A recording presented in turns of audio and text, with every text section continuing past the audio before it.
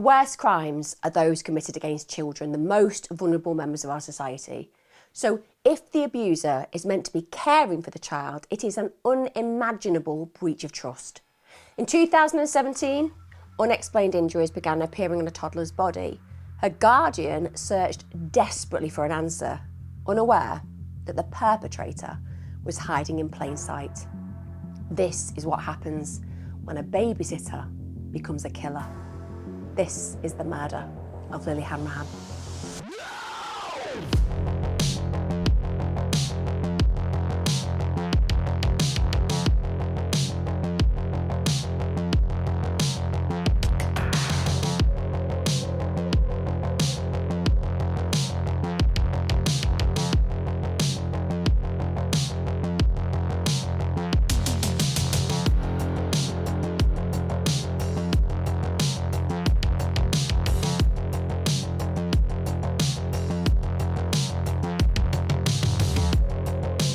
Now, before I get on with today's true crime video, I want to say thank you to Magellan TV for sponsoring this video. More importantly though, I want to thank Magellan TV for just making really good crime content. You all know I am massively obsessed with crime content for lots of different reasons. I just find the journey of watching a documentary on crime really intriguing because it tells so many stories and you get to see the impact on the family and you get to see the family giving legacy a lot of the time to the loved victims. This week, I watched My Mummy, My Killer. My Mummy, My Killer is one of those shows that's really evocative. It's a short documentary, it's a new release, and basically it's one of those programs that's blindsiding because you just can't quite compute how this gorgeous child ended up being murdered by the one person they should have been able to trust most in the world. And I think what adds to this particular documentary is the fact that the family are so engaged in it. So they're kind of there all the way through describing how it's impacted on them. And in spite, of course, of the horrific tragedy, you can still see the love that they feel for the individual who was the perpetrator. So I would strongly recommend that you go and watch My Mummy, My Killer, because like I said, I cover a lot of mothers killing children on this channel, and that's because it's one of those things I'll never understand. Just to let you know, if you don't know what Magellan TV is, it's incredible. It adds 15 to 20 hours of new content every single week, so true crime fans will never run out of something to watch. And essentially, you can get a month for free. That's right. You can take advantage of my special offer in the link in the video description so that you can watch my recommended documentary that I've just given you and the rest of Magellan TV's extensive true crime collection. Like I said, the best thing about Magellan TV is new documentaries like this are literally added every single week. You will get a 1 month free trial by clicking on the link in the description. Go ahead and do it now. You've got literally nothing to lose, and let me know what you thought of My Mummy, My Killer. Hi guys, welcome back to my channel. Thank you for joining me. If you're new to this channel, I release my crime content on a Wednesday and a Sunday. Crime and consistency is my theme tune. So if you really like a deep dive with lots of psychological information attached to it, this is the channel for you. Big shout out to all my YouTube members and my Patreon members. Without you, I literally couldn't make it. So cheers. As I always say, if you do like what you see here, find it interesting at least, please give me a like, get involved with the chat, and also subscribe to my channel should you feel that you wish to. Today's case is one that is going to infuriate you. It infuriated me. In fact, it makes me go to quite a dark place in my mind when I think about the repercussions I believe the perpetrator should have to endure, I don't know, for eternity. So let's go back to 2016. Lilly Hanrahan is born, and this is on the 21st of February 2016. Her life was tough from the get-go. We always want our innocence, our most vulnerable in our society, to have a good life. We want them to be loved, cherished, adored basically, and certainly above everything we want them to be kept safe. But for Lilly Hanrahan it was difficult because her father was a drug dependent and her mother was also a heroin addict who had struggled with depression literally for a decade. So we have two individuals who are not going to be adequate when it comes to providing a stable environment for their child And whilst we can have a level of empathy and sympathy for individuals who find themselves dependent where drugs are concerned, it also shows a failure in willingness to prioritise a child. And whilst that might sound quite hard line, it comes from a place of believing that if you do have a baby, then really your needs are secondary from that point.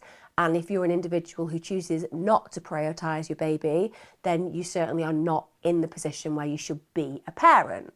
So her mum in particular suffered with drug addiction before and during pregnancy, and that meant that the pregnancy had some issues, and Lillie was born prematurely. She was really ill after she'd been born. She actually stayed in hospital for 3 weeks, and you can imagine if somebody has got an opiate dependency and is pregnant, the withdrawal for that child is going to be pretty horrendous to go through. And when you imagine a baby being born, it's usually a celebration, and certainly something, even when it involves, shall we say, problems.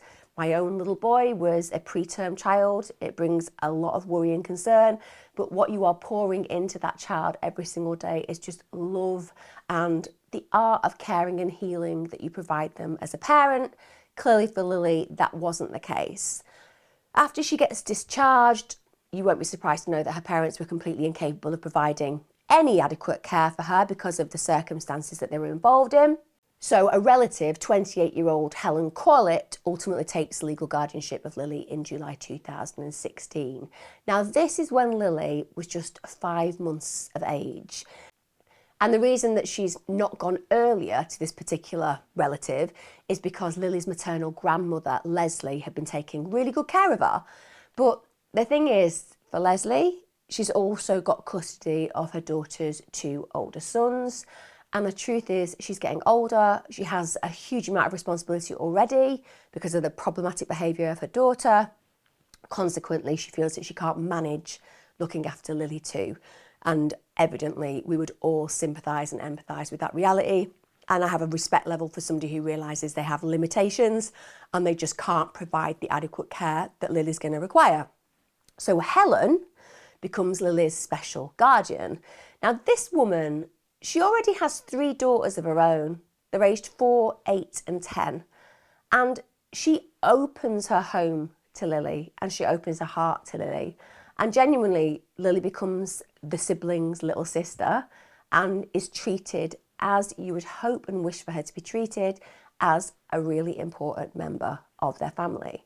So she goes to that family on the 7th of July 2016. Now Helen must have been really busy. For any of you out there who've got a few kids, it's busy running a household per se, but when you bring in another child and you have 3 young children already, meaning you now have 4 young children to look after, you're going to be stretched time-wise, but she never complained about this. She genuinely embraced it, full stop. She was also taking a university course and studying, so she was really thinking about her future and upping her skills and moving forward.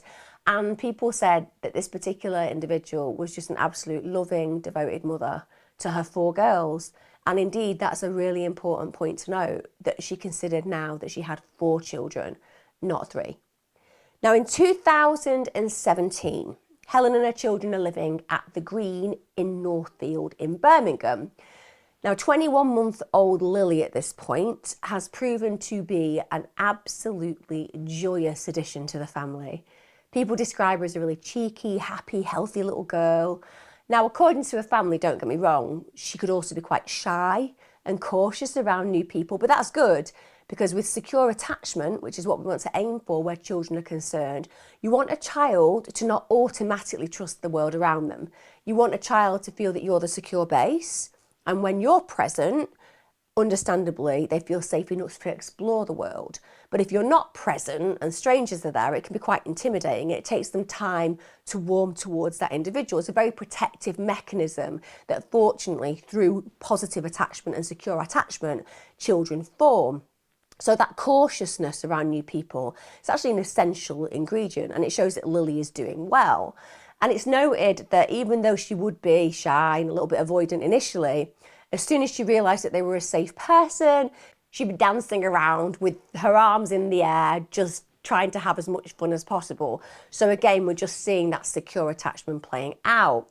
Grandmother also said that one of the things about Lillie was that she was just naturally one of those kids that loved to dance. She had a really upbeat kind of personality. Lillie was attending Fig Tree Nursery at this point, and again, it's mirrored by the staff that they had this joyful little bundle of a girl. She was really happy. They said that she was very well cared for. And also, importantly, she's meeting all her milestones. Now, if you think about milestones, the reality is that when you're a preterm child, that can be a little bit more problematic because developmentally, you've had a bit of a shock to the system when you're born early. Add to that potentially withdrawal impact from the scenario of a mother taking opioids. We would expect potentially that there could be some developmental delay, even if that's only temporary. But it's not the case. She's thriving in her environment. And I mean absolutely 100% thriving. She's had this awful start, and yet here we are in a point and position where Lillie is doing so well. And everyone who knows her is reflecting that reality. And that's what's going to make the case today even more devastating to cover, really. So we get to the spring of 2017. Helen's been single at this point, and understandably, like a lot of us, life can get lonely. You're hoping to meet a partner who's going to be able to bring an additional joy to your life and activity to your life, and just to be able to socialise with, and so on and so forth. And she ends up beginning this relationship with a guy called Sean Sadler. He's 29 years old when they get together. He's from Rubery in Birmingham, and they've actually got a bit of a history. So they'd previously been in a relationship with one another, but it hadn't worked out. And he was actually the father of her eldest child. Now, I am one of those people, maybe it's just my suspicious nature, or the way that I kind of err on the side of caution in certain circumstances.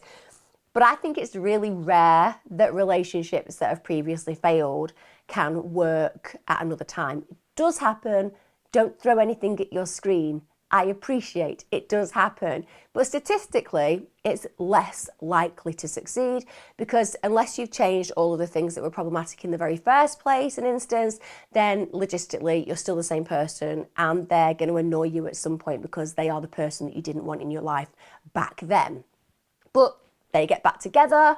And obviously they have this history because of the child. And clearly when you have a kid with somebody, there is certainly a bridge that you wish you could walk and that you could meet in the middle so that you can move forward in the best interests of your children.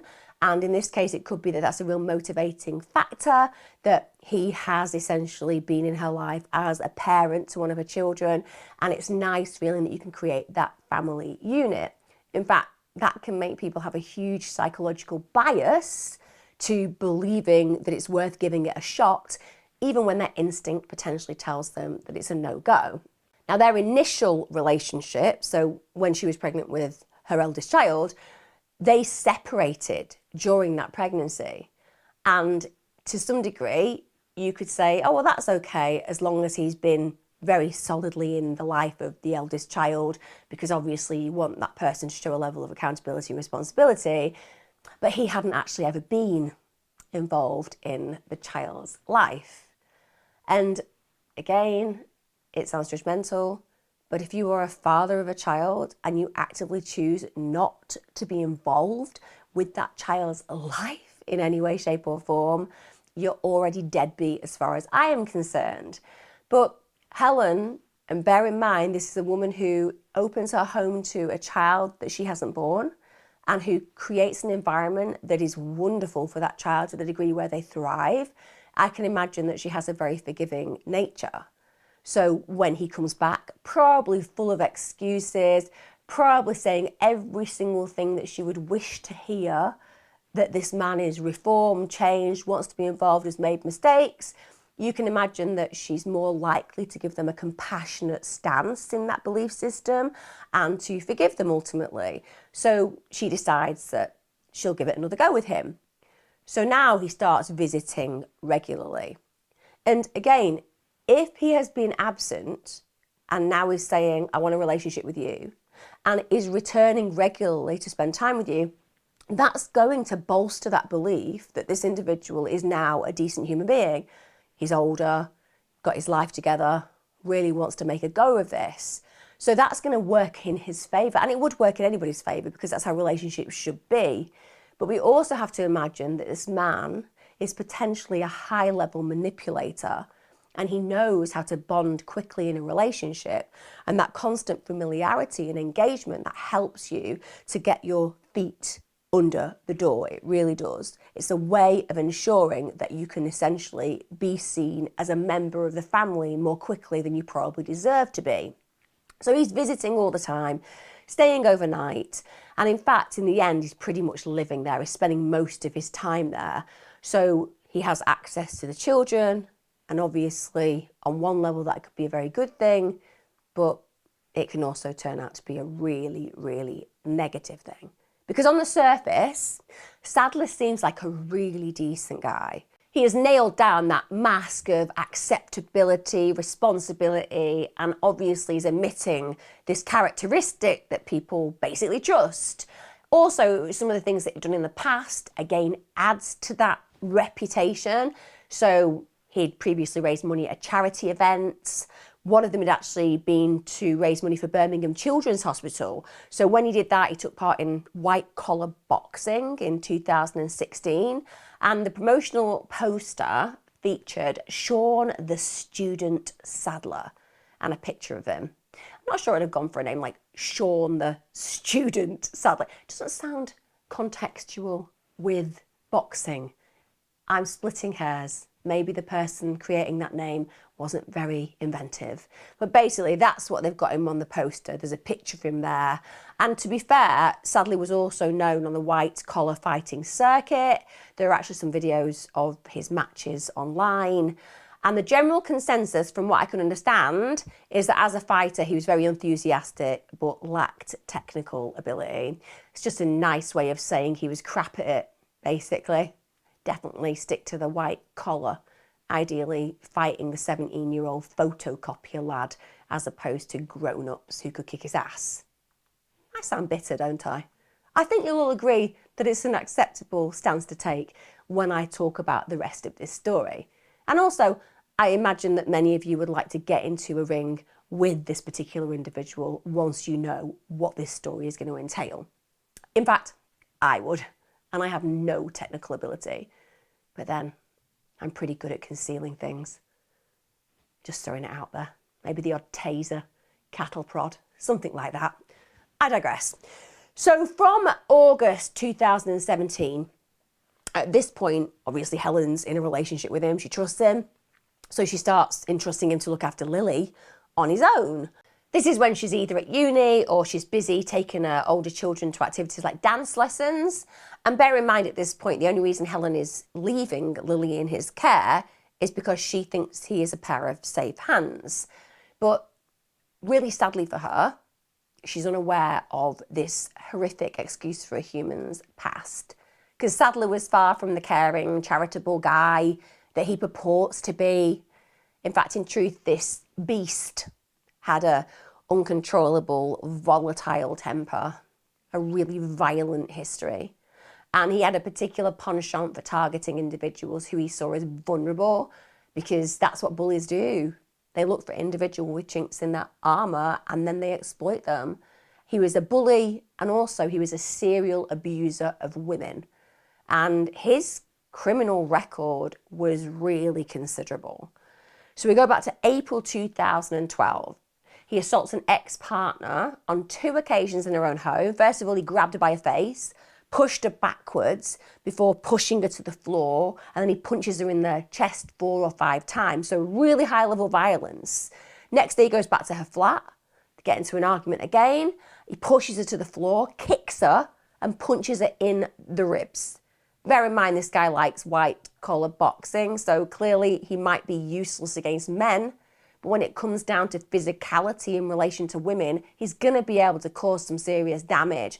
And also, he's kicking her in the ribs, punching her in the ribs. We know how painful that is. My God, if any of you ever chipped a rib or broke a rib, it's agony.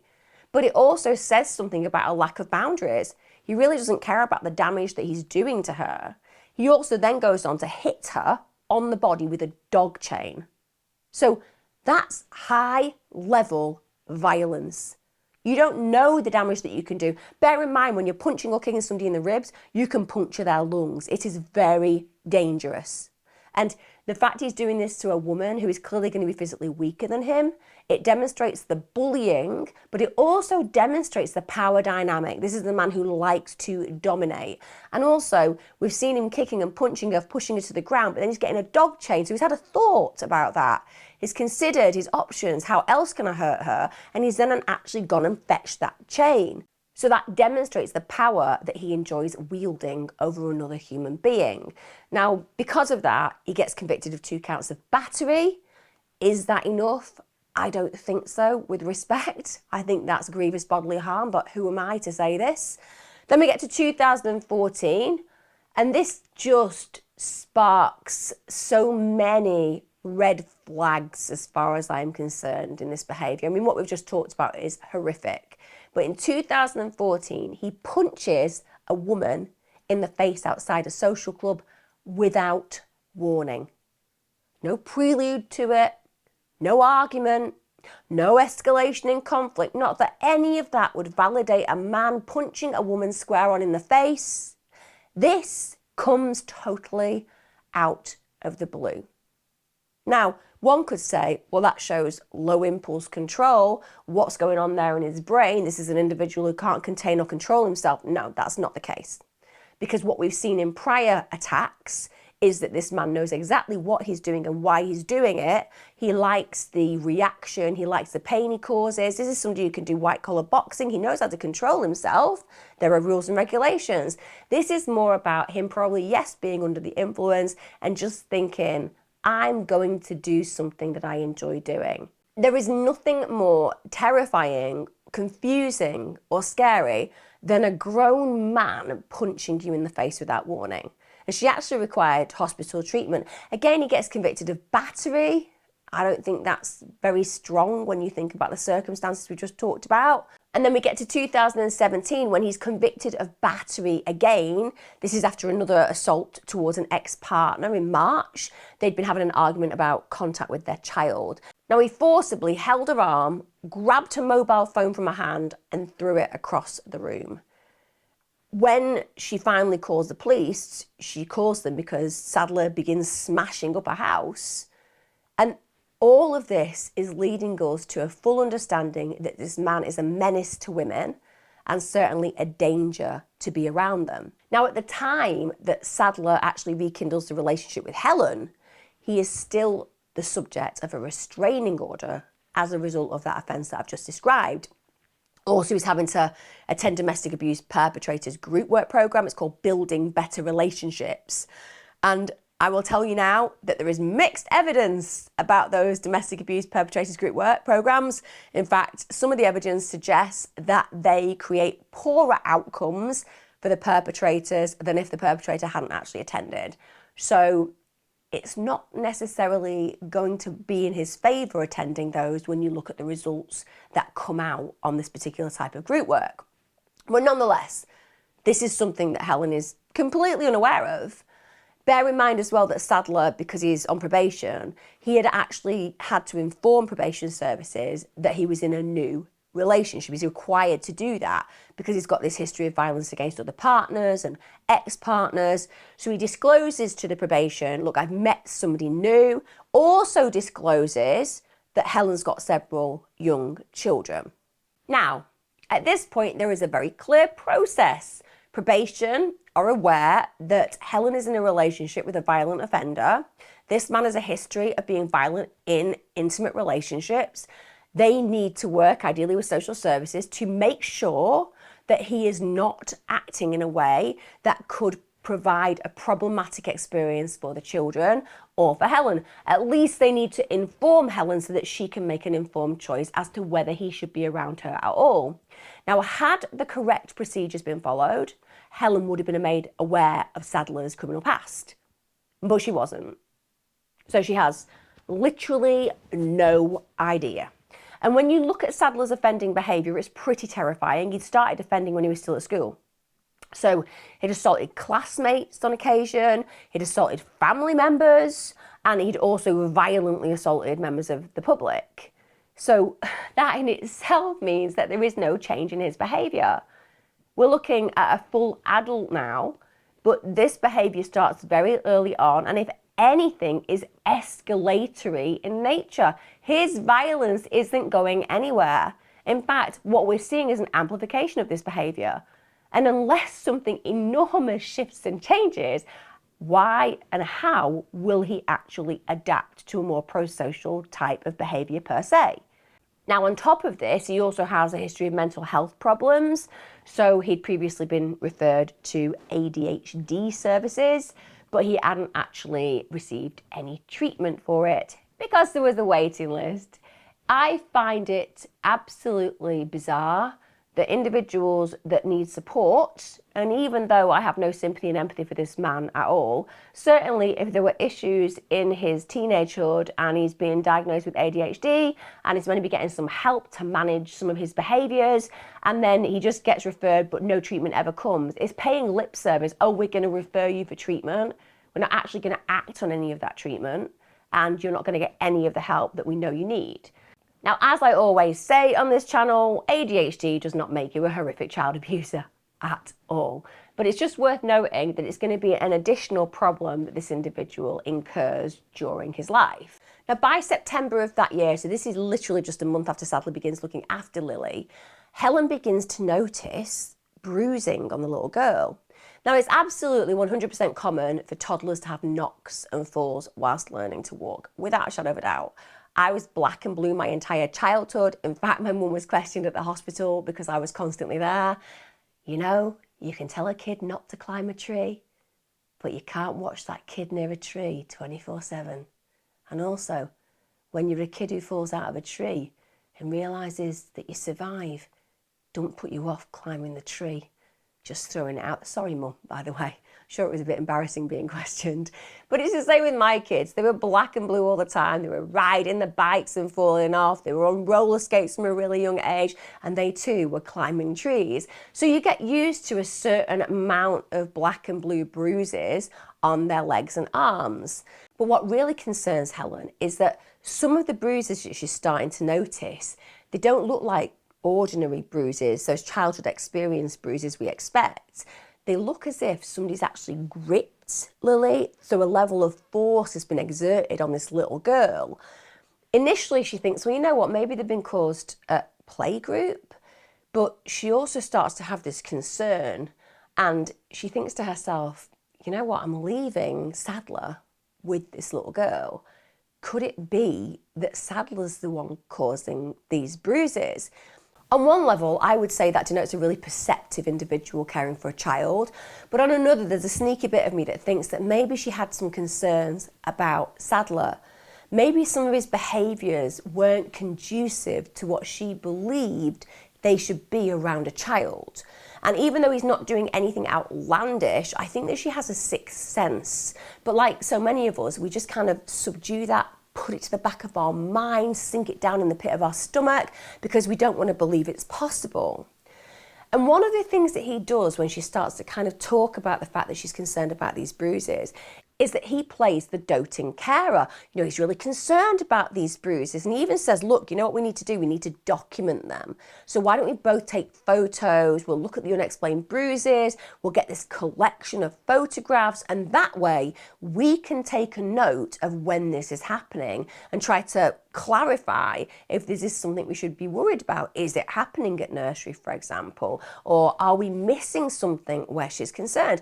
Because clearly health concerns can create bruises and you need to be aware of them and forming so you can have a conversation with your healthcare provider about them. Anemia, for example. There are a whole host of issues with children, things like leukemia. They cause bruising, and actually it's one of the first indicators there's an issue going on within the child. So it makes sense to document them. But for Helen, she'll be thinking, oh, well, he seems really concerned, and he's even suggesting that we should take notes. Why would he be the person doing it if he's not dismissing it and he's taking it seriously? So we can see the high level of manipulation there. He could lean away from the bruises and say, I don't know what you're on about, it's nothing to do with me, this is just what happens in childhood, and kind of reject, deny, avoid. But instead he leans in, and that's clever. Because when somebody is thinking potentially you're the individual responsible, by leaning in and saying, well, we need to take this really seriously, it reduces the level of incrimination that they will have towards you. So these notes are taken and these photographs are taken. This includes on the 30th of September and the 28th of October. There are injuries to Lily's ears. Very concerning. Big red flag. Just for those of you who don't know, within child protection, the ears are not where we expect to see injuries at all. 19th of September, 2nd October, and the 17th of November, gripping or bruising marks on Lily's thighs. Second, big red flag. Fingertip bruising on thighs, for example, are not marks that should be present. If you think about, even if you're an individual who chastises your child using physical force, I massively disagree with it. All the evidence says that if you hit a child, their behaviour will be worse than a child who isn't hit. So it actually is very counterproductive. But even if you are somebody who believes that you should be allowed to smack your child, you are not going to smack them in a way that creates fingertip bruising, gripping bruising to the thighs. It's the area that suggests that somebody is potentially gripping them and lifting them up, for example. That's not what we should see. Then we have 28th of October and the 17th of November, bruising on Lily's scalp. Now, a scalp is different to a forehead. And again, it's unusual to see bruising on a scalp. Forehead happens all the time. Even as an adult, I occasionally have bruising to my own head because I walk into things quite a lot. I'm quite a distracted person. And when you're a kid, oh my goodness, how many of us have seen pictures of ourselves as children with big egg-shaped marks on our head where we've banged into something and we've got a great shiner coming up there? That's normal to some degree, but not on the scalp. So these are really problematic bruising areas, and they keep appearing. And Helen is so concerned about this, and also so open about the fact she's got nothing to hide whatsoever. She's genuinely concerned about how this child is ending up with these bruises. So she goes and speaks to the nursery, Fig Tree Nursery, where she attends, and she speaks to them in October 2017. And together, they actually come up with a plan, and they decide to keep a body map of Lily's injuries, and this is so they can monitor her.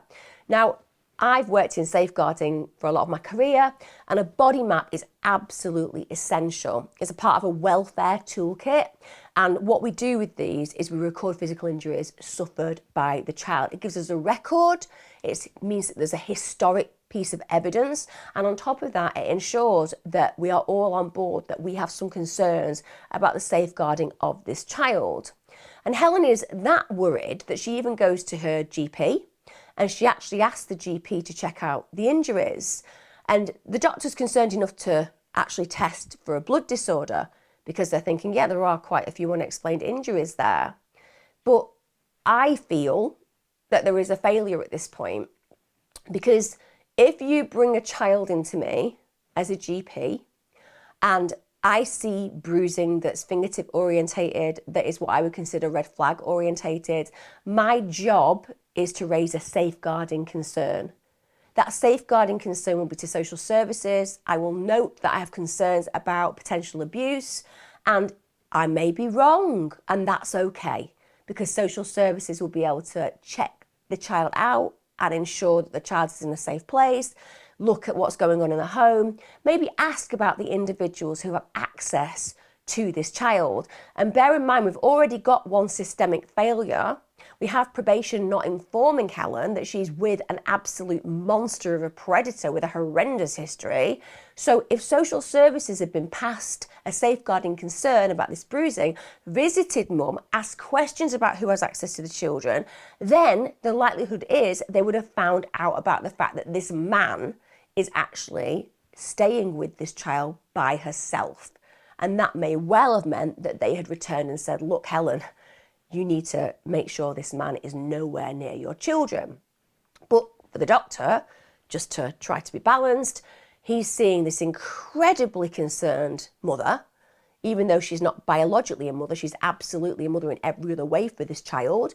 So the likelihood is he's thinking, well, she seems really, really concerned. It doesn't feel like this would be the individual abusing the child. She's looking at every possible avenue to explain and explore these particular issues, and that could have reduced their concern about the danger that Lillie was in. But it's a failure. They should have absolutely wanted to get to the bottom of what was happening to Lillie. And for Helen, who's doing all of this amazing detective work, desperately trying to ensure that Lillie is in safe hands and is getting the best care possible, she doesn't realise that the culprit, the predator, the monster who is committing these acts is literally hiding in plain sight. She's inviting him into her home. She's providing him, unknowingly, with access to the person that he wants to abuse most in the world. Now, these bruises don't stop. And in fact, as time progresses, more and more mysterious bruises appear on Lillie. And Helen's now starting to realise, listen, the one commonality that I feel exists here is that they seem to happen when Sadler's around.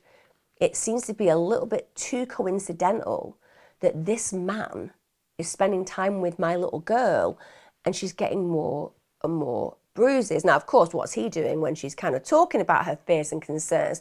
He's saying, I've got no idea where these are coming from, no knowledge whatsoever. But it's enough for her to think, I don't feel safe leaving Lillie alone with him. She felt that Lillie was not at an age where she could verbally communicate. You know, she was saying words, but only like mummy, or she'd use her sister's names, but she wasn't able to say, please don't leave me with this absolute predatory bastard, which is what we all wish children could say, even though it would be very strange watching a child use the term bastard. You know where I'm going with this. The point is she can't developmentally do that. She can't protect herself. She can't do it physically. She can't do it emotionally. She can't do it verbally. But she can do it to some degree with her actions. So it becomes very evident that she's afraid of Sadler. So if he walks in the room, she literally runs to Helen. Also, she starts getting really clingy and she cries when Helen leaves her. Now, when that happens, we're dealing with an anxious attachment, essentially. We're dealing with a situation where there is a level of anxiety within the experience. It's a more insecure attachment. We've gone from a really secure attachment where Helen was creating this scenario and environment where this little girl is thriving, and now we've got a more insecure, anxious attachment. Maybe anxious avoidant it would come under, because she wants to avoid Sadler and she wants to be present with her mother, which is why she's clinging on so deeply and so dearly, really, for life, because she wants to be in the safe place and safe space, and Helen represents that. So he's walking in and she's giving these very physical signs that validate some of Helen's fears. And Helen's clearly verbal about that, and she says, I'm really concerned about the way Lily's being towards you. And she says that to Sadler in some WhatsApp messages, but all he does is say, listen, I've got no idea what's going on here. I've never harmed Lillie. At the end of the day, I'm a trusted party. You have nothing to worry about. Please understand that I am not the problem here. And again, she hasn't physically seen him be aggressive towards Lillie. She hasn't necessarily been in a situation where she's felt afraid of this man. He's excellent at manipulation and wearing a mask. And he's constantly using that sense of, why would you be concerned about me? I'm such a good guy. I've raised money for the children's hospital. All of those things chip away at the feelings that you have towards another individual that you can start believing you've created in your own head, as opposed to playing out in reality with their actions. It's very easy for that to happen.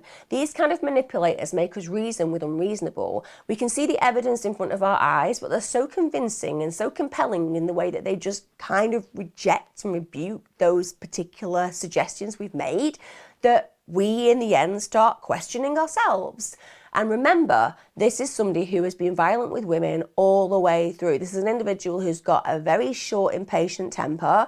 This is an individual who wants to control and manipulate the world around him, and he can do that either through intimidation or violence, or in this case, through absolute manipulation. Because he clearly doesn't want to be violent towards Helen. he's onto a good thing with her, but he's still got these violent impulses and desires.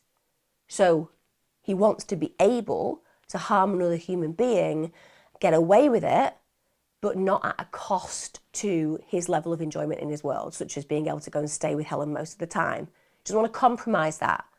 So he's found the perfect victim in Lillie. It's as simple as that. As far as he's concerned, he doesn't want anybody to think he can't be trusted to look after her. He wants to ensure that Helen believes him and believes in him, because Helen is a convenient person in his world right now. He gets a lot from her.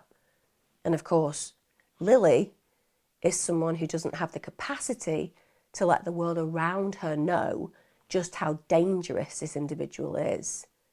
Now, Helen's got her doubts. She really does. She's not been leaving him alone with Lillie. She's really concerned about all of this bruising. She's concerned about the fact that these bruises seem to appear after he's been present with her. And she's got to a point now where she's decided that the best scenario that she can play out is to always have Lillie with her when he's around. But he's again chipping away at that and saying, I could be available to you. You're a busy person. Let me look after her when you go dancing with the daughters or when you go to uni. And of course, you know, you want to believe that this person is telling the truth. And that's another thing that's going to chip away at that belief system that she started to create, that this man is probably more dangerous than he is admitting to be. Now, she had no idea what a horrific manipulative liar Sadler was. You know, this is someone who is literally violent to the core. And we know that he has a particular connection with vulnerable people, vulnerable targets, all the way from school.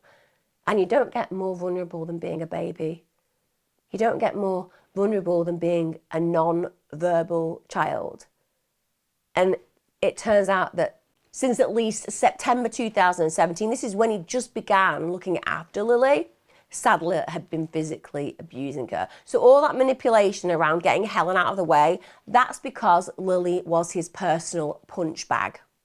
And I'm putting that in the context that I've put it because it's absolutely 100% correct to state it. She was his punch bag, full stop. This gorgeous, charismatic sweetheart of a little girl, this tiny framed, vulnerable child, and he is just using her to satisfy his violent desires.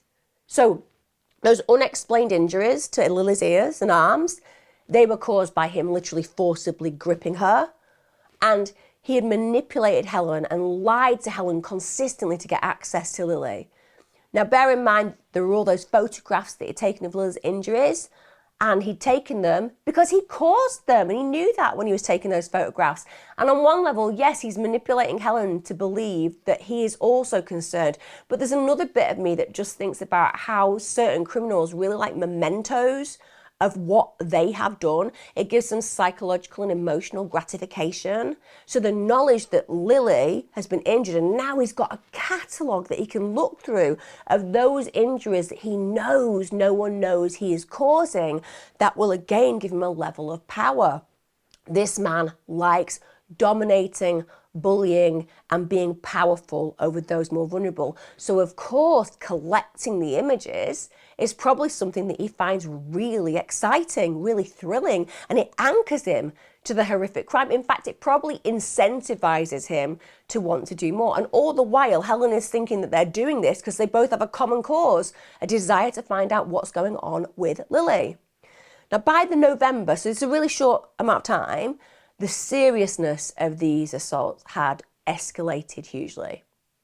And we get to Sunday, the 19th of November 2017, and this must be a day that Helen regrets every moment of every minute of every hour of every day, and I think she will do for the rest of her life, because she needs to take her two eldest daughters to dance class, and Sadler, of course, has been working his way into her psyche to assure her that it's all going to be fine, that Lillie can be trusted with him. So he says, you just need to leave her with me. I'll also look after your 4-year-old little girl, and it will all be fine. And she's obviously at that point where she's probably wavering a little bit and she's thinking to herself, you know, maybe I'm being a little bit hard on him. I've not seen any evidence recently that he's going to be a problem or he's being predatory towards my children. Maybe I do need to give him another chance. So she leaves Lilly and her 4-year-old sister in his care. And in doing that, she makes the biggest regretful decision of her life. So it gets to around 3 p.m. that afternoon. And at this point, Sadler contacts emergency services. Lilly had been watching TV on the sofa. According to him, she'd fallen asleep and then she'd become unresponsive. So he's alleging that he couldn't wake her. Just bear in mind, the circumstances around a child just going to sleep on a sofa who is apparently perfectly well and then becoming unresponsive is so rare that we never really hear about it. But this is what he's saying. He can't wake her up. That's why he calls the ambulance. And of course, they're soon on the scene. This is a child who is unresponsive. It's a major deal. The paramedics arrive and he's just like, I have no idea what happened. I've not got a clue. This child was just happily watching television and then all of a sudden, she's completely unresponsive. Now, again, the level of manipulation there shows superiority and narcissism, because if she thinks that the paramedics are just going to accept that story without any investigation, he is living on planet cuckoo, genuinely. Clearly, this is a child who's unresponsive, potentially seriously unwell. You're going to have some insight into what potentially could have gone on, but no, he's just saying everything's been fine and now she's completely unresponsive. So Lilly is then rushed to Birmingham Children's Hospital.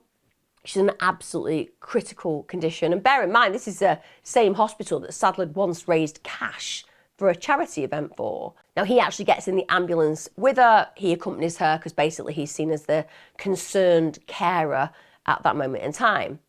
Now, it takes the doctors literally moments to identify pretty immediately that something catastrophic has happened to this child. And they are able very quickly to recognise that a catastrophic brain injury has actually occurred. So at this point, she's taken to the paediatric intensive care unit and the prognosis is described as life-threatening. So they do a CT scan and that indicates subdural bleeding and clear signs of raised intracranial pressure. So that means brain swelling. So at this point, they need to prepare Lilly for emergency brain surgery because when the brain is swelling, it's catastrophic and often results in death. Now, whilst preparing Lilly, because obviously they've got to get her ready very quickly for emergency surgery, the doctors actually come across fingertip bruising to her scalp, which is beneath her hair. And that means immediately they know something's gone on here because it means that at some point considerable pressure had been applied to her head. If you imagine gripping her head, and imagine somebody doing that to you when you're a grown-ass man and you have got your hand or hands around a baby's head and you're squeezing it, because that's what the bruises would demonstrate. And that's what he's been doing to her. Also, there were injuries to both her temples. So again, very demonstrative if somebody's doing this, because obviously they'll probably, as an adult, be able to get their hands all the way around. And that's why you'll get the bruising to the temple, for example. It's probably where the thumbs are. Now, despite 2 operations, and believe me, at the hospital, they were desperate to save this little girl's life. Neurosurgeons worked tirelessly to save her, to reduce the brain swelling, but it was unsuccessful. And Lilly died 3 days later on the 22nd of November 2017. It's just absolutely heart-wrenching and gut-wrenching to know that this little girl had been left with somebody that Helen believed she was probably being unfair on and had chosen to override her concerns about him to give him a second chance. And that meant that this little girl doesn't get another chance. And the fact that we're seeing the level of injury, which is just so severe, you cannot even begin to comprehend the type of agony that little girl must have gone through. And it comes down to Helen to have to make a decision because they have to switch off her life support. She had to make a decision to turn off the life support of a 21-month-old little girl. When the doctors looked at all the injuries that were obviously catastrophic, they said there is no way that these are accidental. So they recorded that the injuries were non-accidental. And at this point, West Midlands Police were notified and the investigation begins into the circumstances surrounding Lily's death. When they established the full extent of injuries that Lillie had suffered, it is just devastating. The only word I can use. She sustained 40 injuries on this tiny little body. 20 of these were actually to her head and neck. And the expert opinion concluded that she'd been vigorously, repeatedly shaken. Now, bear in mind, she was actually only 2 years of age. So we're talking about a very different circumstance to a little baby, a newborn, for example, when shaken baby syndrome occurs and you see this catastrophic impact. And actually, the shaking doesn't have to be that hard. Frustrated shaking is going to cause catastrophic injuries. And babies are very, very fragile. But Lillie isn't. She's nearly 2. And that means that physiologically, she'll have quite a strong neck. And that means that the injuries that were inflicted on her would have had to have been very substantial. So when we're talking about vigorous repeated shaking, we're meaning violent shaking because the head needs to go back and forward, and she's got some control over it. So that needs to be removed when this kind of event occurs. And he obviously did that because he's an adult male who is catastrophically attacking this child. And they even believed that her head had potentially struck against a yielding surface. So a yielding surface is something where you strike it and it gives a little. It's not like an impact straight onto a hard surface like wood, shall we say. But if you think about the arm of a sofa, so it's hard, but it's usually got padding on, that's the kind of surface we'd be talking about. And the brutality of that assault, that had caused Lillie to suffer a horrific injury. So she had spinal nerve root injury in her neck and lumbar sections. She had 6 broken ribs. She had extensive eye bleeding. She had severe swelling to the brain. And they also found that her chest had been really forcibly compressed and that her attacker had used both hands. Just put that into context when you think about it. We're talking about this big man, and imagine the size of his hands, and he's pressing down forcibly on her chest. He's pressing down on areas of her body that this little tiny frame can't manage, and essentially causing these horrific injuries. I've had 1 broken rib. It was awful. It's so painful. This is a little girl, and she's got 6 broken ribs on top of all the other things I've just said. Fortunately, they were also able to validate that it was when Lillie was in Sadler's sole care when the fatal injuries were inflicted. So now there is an absolute obvious suspicion of murder and he gets arrested on that suspicion. But as I've just described, those injuries that we've just talked about, they're not consistent with a child just being sat on a sofa watching TV and being unresponsive.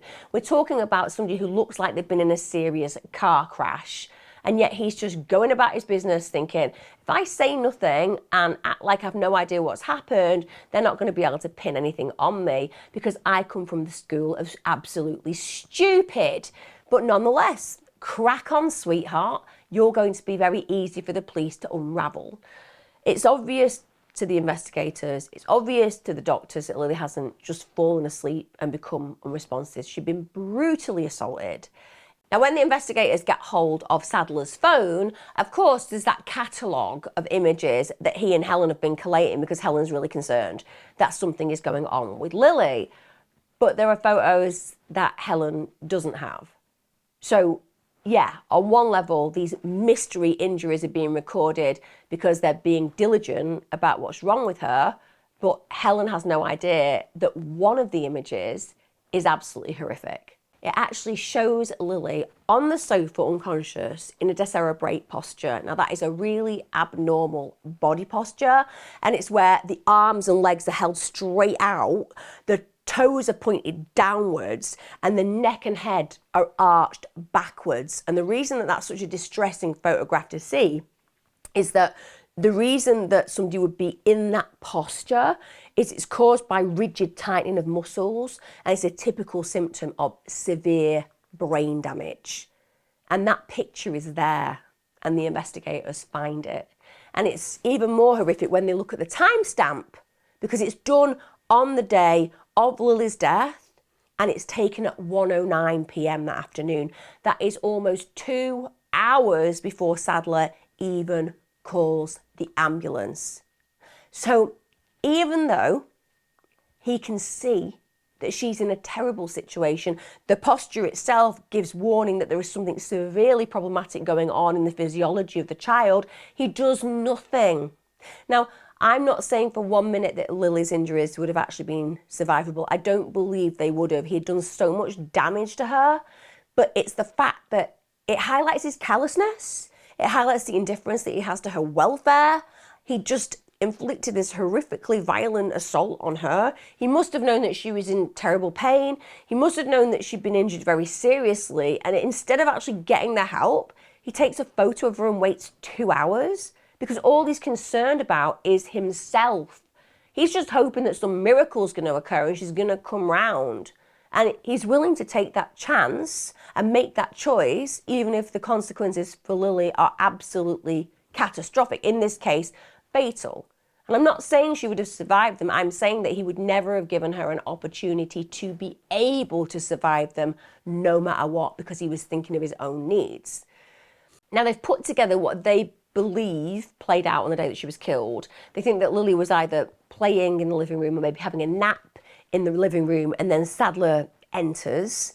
And when he's alone with this gorgeous little girl, he just subjects her to the most extreme assault that any of us could imagine.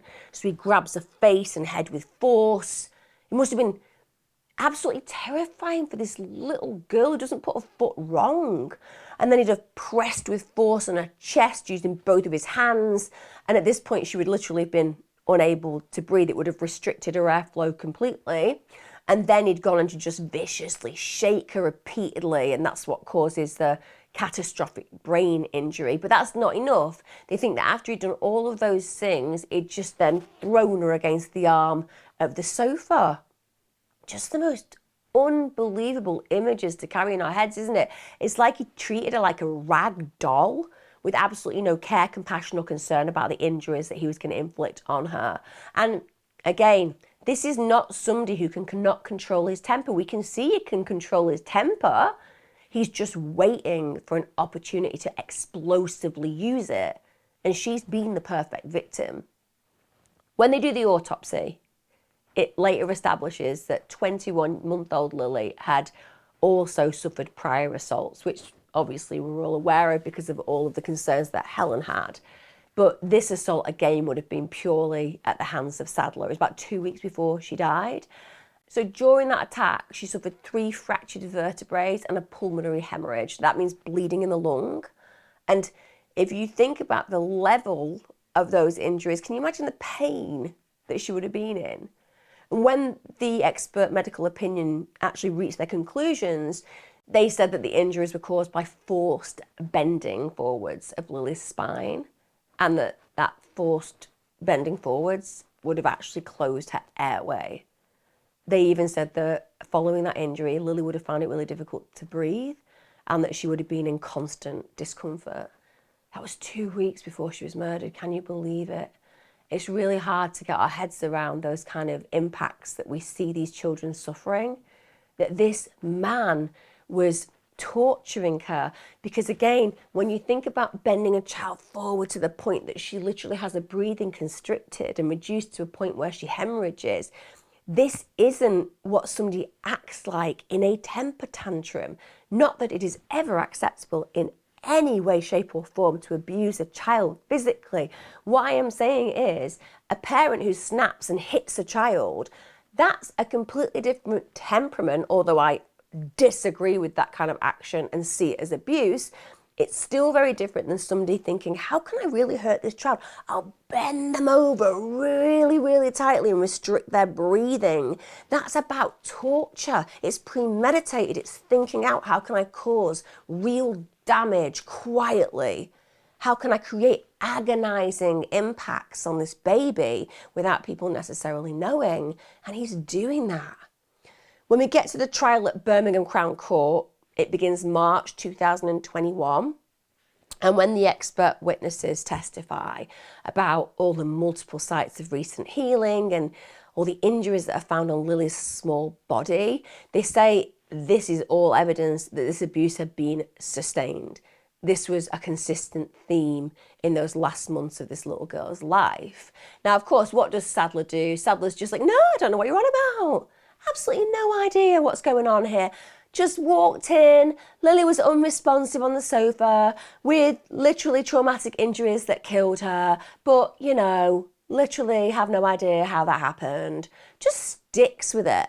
Absolutely believes that if he can just start with this story and keep pressing that this story is true, that in the end the jury are just gonna fall for it. But it's clear just from the actual injury report itself that there's nothing supporting his version of events. So he tries then to go, well, I don't know what happened, but maybe Helen does. So decides that he's going to try and deflect blame of Lily's death onto the person who had brought her into her world, cherished her, encouraged her to thrive, and even been concerned about the injuries to such a degree she'd sought support from the nursery and the medical system. But yeah, she's the problem. And again, the manipulation level, and on top of that, this is a person who is willing to try to incriminate the person that they've been in a relationship with. Because let's be honest, the highlighting there of his narcissism is absolutely clarified in Technicolor. Helen was just a cash cow, a place to stay, someone to hang around convenience-wise and give him access to a child that he wants to horrendously abuse. And as soon as she's served her purpose and she can no longer help him, he's just going to use her as an opportunity to blame and to place guilt on when it comes down to the death of this child. So we're seeing it play out in real time, the level of narcissism that runs through this man's veins. Now, the jury, they see through it straight away. They're like, we don't really need to listen to him because it doesn't make any sense. To the point where we would like this man removed from the court, placed in stocks and left in the village square for a month, and quite hard bricks to be available. Sorry, that's just my fantasy again, going down a road that isn't legal in the UK. But the jury, obviously, because they're bright people who care deeply about justice and desperately want this little girl's justice legacy to be fulfilled, realise this is all BS, see through all his obvious lies, and find him guilty of murder on the 24th of March 2021. Amen to that. They also find him guilty of assaulting Lillie 2 weeks before her death. Now, wow.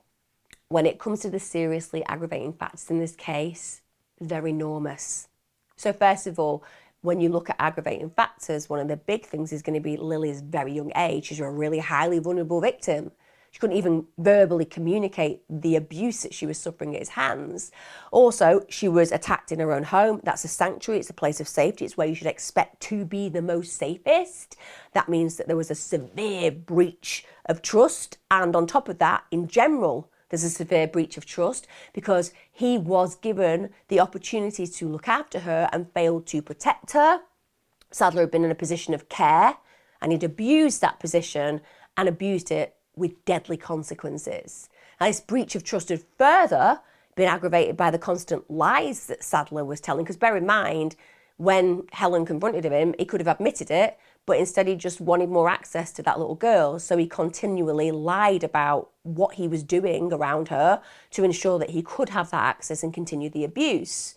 And also he manipulated Helen to believe that he wasn't abusing her so that it could continue. And that aggravating factor continues where the deceit and manipulation is concerned, because it had led to Helen making this tragic and utterly misguided decision to leave Lillie in his care. Now, the further aggravating feature was the physical and psychological pain that Lillie would have experienced during the attack. So before she actually lost consciousness, and the prolonged suffering that she would have then endured because he waited almost 2 hours to get medical help. And you have to think about those last 2 weeks where she was clearly living in agony and suffering because of the injuries he'd inflicted on her then. And if you think about the fact that that child had been suffering these serious assaults and terrible injuries, the fractured vertebrae, the bleed in the lung, all this combined with the abuse that she'd suffered prior to even that, gripped by her ears, her head. And even though she wasn't able to speak of her abuse, one of the things that really breaks my heart, and I'm sure it breaks all of your hearts, is she couldn't actually verbally say this is happening, but my God, she tried to communicate her fear through her behaviour. She tried to let people know, this man scares me. And it's devastating and blindsiding to know that she didn't have the capacity to display and to inform those around her of just how terrified she was of this man and how she didn't want to be anywhere near him because she couldn't speak those words. She couldn't say, he's hurt me. The court also took into account another aggravating factor was with all these violent convictions before, because it paints a picture of an individual who's incredibly violent towards women, and he liked the more vulnerable, the better, essentially. Like I said at the very beginning of this guy is somebody who enjoys power and domination. He's clearly a sadist. He loves the idea of having that power, inflicting pain on defenseless victims. The more defenseless, the better. And when you think about all the victims that we know about, at least, Lillie is definitely the most vulnerable of all of those. You know, he committed that crime in a domestic setting when he was alone with his victim. This man is a child killer. He's a serial abuser of women. And that's a massively aggravating factor when it comes to sentencing. And the final aggravating factor, which I feel speaks volumes, and also is, I'm just throwing it out there, another reason why maybe the village square with the bricks and the stocks for a month shouldn't be totally thrown out, is the fact that he showed no remorse. This little girl has been brutalized, tortured, and murdered, and he literally doesn't show any remorse. He only thinks of himself, thinks of how he's going to evade detection, avoid responsibility. That's all he cares about. Now, in mitigation, it appears the judge had been smoking a bit of crack, because apparently there was an acceptance that he hadn't intended to kill Lillie, and also that the attack hadn't actually been premeditated. Now, okay, let me stretch a little bit of empathy towards the judge, who may have been, I don't know, on the cognac the night before. But even if I agree that he may only have intended to cause serious harm to Lillie and not actually to kill her, can somebody please send the answer on a postcard to how his actions were not premeditated? Please? Anyone? Anyone? Obviously, there's only me and a cat in the room. I'm not saying I'm going to get an answer. But please, how was it not premeditated? It occurred during a period of sustained and escalating abuse. He lied to Helen, so he could be left alone with Lillie. Then he viciously assaulted her. The injuries were injuries that involved torture, but it wasn't premeditated. Can you please leave your kid alone? I'm praying, begging, just please leave your kid with me. Everything's going to be fine. And then he kills her. That's not premeditated. I tell you what, I appreciate I'm not qualified to be a judge. And if I was, I think there'd be a lot harsher sentences, because when I see injuries, when I look at premeditation, when I recognise that children are murdered under our noses by individuals who should be there to protect and care for them, I cannot wrap my head around some of the conclusions that are reached. When you think about all those aggravating factors, which are horrendous, it demonstrates a heinous human being, a predatory male who's incredibly narcissistic. We allow him a mitigation that, he may not have actually wanted to kill her because he really enjoyed abusing her. He'd like that to carry on for a bit longer, please. But the idea that he didn't premeditate it, he literally lied to Helen constantly to try to get access to Lillie. Of course it was premeditated. Honestly, they should have to do breathalyzer tests before these sentences are passed. So we get to the 26th of March 2021. At this point, 32-year-old Sadler is sentenced, yes, to life in prison for Lillie's murder, as he should be. But he only got a minimum term of 20 years. I just can't get my head around that. I think he should have had a minimum term of way more, genuinely. 20 years, when you think about the agony that child suffered and endured, when you think about the future that has been stolen from that family, when you think about the reality of this bad start of this child finding a place in a space where she was loved, and this monster ruins her in this way to a point where her injuries are so catastrophic that she's bleeding from both eyes. 20 years? He'll be 51 when he's eligible for parole. 51! It's a whole lifetime ahead of him. He did get a concurrent 3-year sentence for wounding with intent, but I don't care. It's still 20 years. It's mind-blowing. You know, the fact that he gets that concurrent sentence means nothing. That was to do with the assault in the earlier weeks, but it served at the same time, so it's irrelevant. The jury were obviously absolutely invested in this case, and I'll tell you why, because 8 members of that jury that convicted Sadler came back to court to see him sentenced. So they wanted to see him go down. It must have been an absolutely horrific case for them to deal with, and they clearly needed to see him sent down. Because in the UK, that's what happens in a court of law. They literally get sent down. They go down the steps as they're taken to be locked up before being transported to whatever prison they've been sent to. And just having the closure and thinking, yeah, we did this. We sent you down.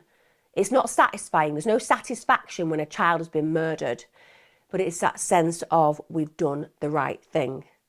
I imagine some of them probably wanted to shout at the judge when he said 20 years, but who am I to say that that happened? Just saying I'm a human being with a soul, and that's how most of us would react. Now, in 2021, you won't be surprised they had to do a serious case review because Lilly had been murdered and there had been systemic horrific failures that had led to that. So the probation service, their failure to share all those details around Sadler's situation, prior convictions, violent behaviour, they said that that contributed to Lilly's death. Of course it did. And they said there was a catalogue of missed chances to check and monitor his presence in her life, because if the probation had actually followed their own procedures, no one else's procedures, just the procedures that we've actually set for this service, the ones you're meant to follow, just those ones, it said that children's social care would have been alerted and the safeguarding procedures would have been put in place. And that would have made a difference. They said could have made a difference to a tragic outcome, but it would have made a difference, because Helen was absolutely 100% on the ball when it came to caring for her kids. She was concerned about him. She believed in the end that maybe she'd overreacted, but up until that point, she'd certainly catalogued the injuries. She'd asked for support and help. There is no way she would have been like, oh, it's fine. This man's a huge, violent predator. I will definitely have him around my children. She would have been like, see ya. You know, there is no way he would have had entry and access to her life and kids. Now, Helen, who was obviously Lily's mum, but Lily's guardian by law, she actually told the review that she blamed herself for Lily's death. She said that she should have been more suspicious of Sadler. She shouldn't have taken him at his word. She shouldn't have let him babysit, that she should have seen the pattern in the bruises. And I feel that that is something that I fully understand she carries, but I also feel that she's being incredibly hard on herself, because the person to blame here is Sadler, full stop.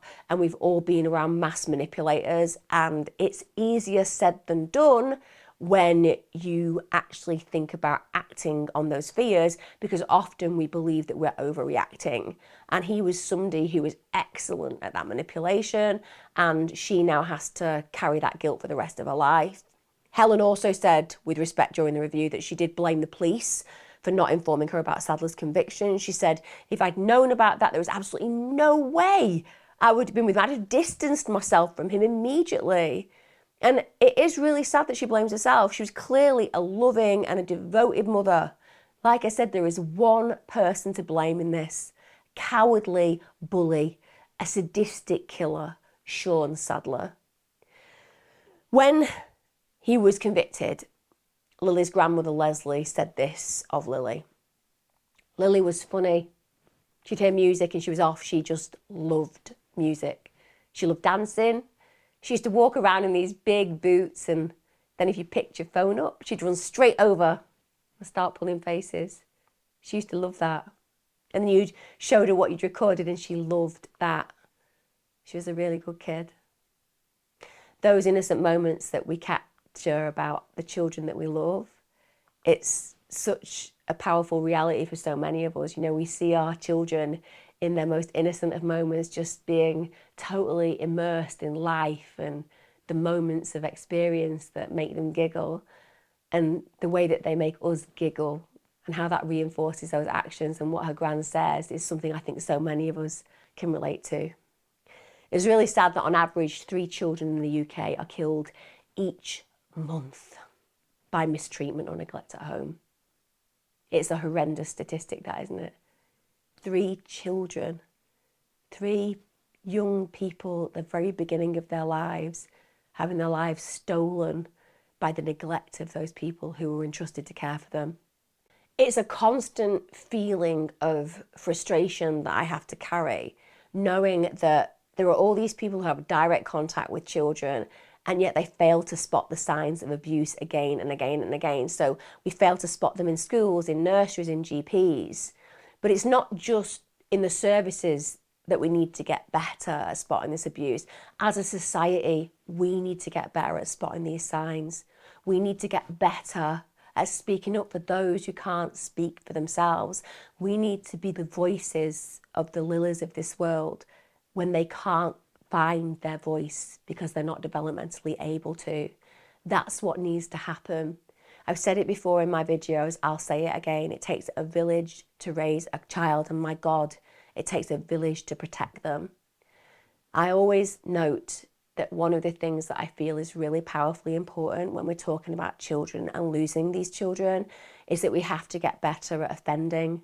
We have to be willing to push the boundaries when it's uncomfortable and say, this has been seen, I want to push forward and speak to social services because I don't think it's all right. Whether you're a doctor, a nurse, whether you're an individual who works with a child, whether you're a friend of the family, it's about risking offending because it's the right thing to do. It's far better to be wrong and for a child to be fine than to be right and do nothing and for a child to die or for a child to suffer. We can make a difference, and it's our duty to do so. This video is 100% for that gorgeous, big-eyed, beautiful little girl who should right now still be dancing around the family that she loved. I'm sure our sympathy and empathy go out to Helen and her family, to her grandma, and I'm sure that all of us are excited at the prospect of that man one day meeting his maker, instantly being deep fried and being kept in a cell in hell where he can burn eternally. Maybe that's just my fantasy, but it's one that I think you should all share. See you again next time, guys. This is for Lillie.